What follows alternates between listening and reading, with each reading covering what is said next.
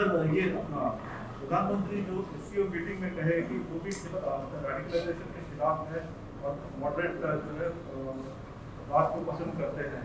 देखिए, हमारा मानना ये है कि रेडिकलाइजेशन जहाँ कहीं भी होता है, जिस किसी समाज में होता है, वो उस मुल्क, उस कंट्री, उस देश के लिए, रूल ऑफ लॉ के लिए ख़तरा है।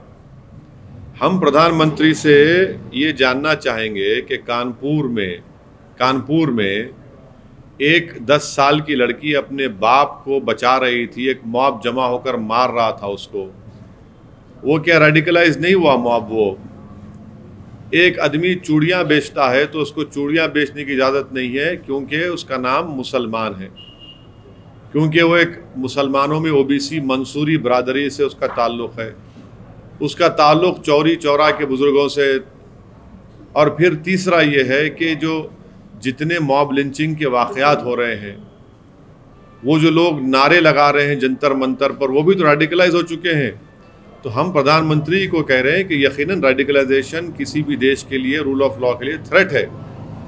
और प्रधानमंत्री को ये रेडिकलाइजेशन की जो मिसालें मैं पेश किया हूँ, उस पर भी प्रधानमंत्री को उस पर कंडेम करना चाहिए, उसकी मजम्मत करना चाहिए। और प्रधानमंत्री को ये भी बोलना चाहिए कि एक स्टेट का मुख्यमंत्री अब्बा जान कहता है, वो क्या प्रधानमंत्री उससे मुत्तफिक हैं, उनकी उस भाषा से?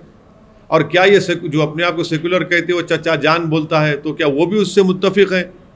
ये लोग रेडिकलाइज नहीं हुए क्या? ये भी रेडिकलाइजेशन है। तो प्रधानमंत्री से हम उम्मीद करते हैं कि वो इन तमाम रेडिकलाइजेशन को भी नोटिस लेंगे और इसका रोकथाम करेंगे। अब प्रधानमंत्री की जो स्पीच रेडिकलाइजेशन एससीओ में हुई, हम उनसे जानना चाहते हैं कि अमेरिका ने तालिबान के लीडर्स को उनके ट्रैवल के लिए एग्जेम्पशन दिया है, तो क्या प्रधानमंत्री अमेरिका के इस डिक्टेट को मानेंगे, फैसले को? हम ये इसलिए पूछ रहे हैं क्योंकि भारत यूनाइटेड नेशन की सैंक्शन कमेटी का चेयरमैन है।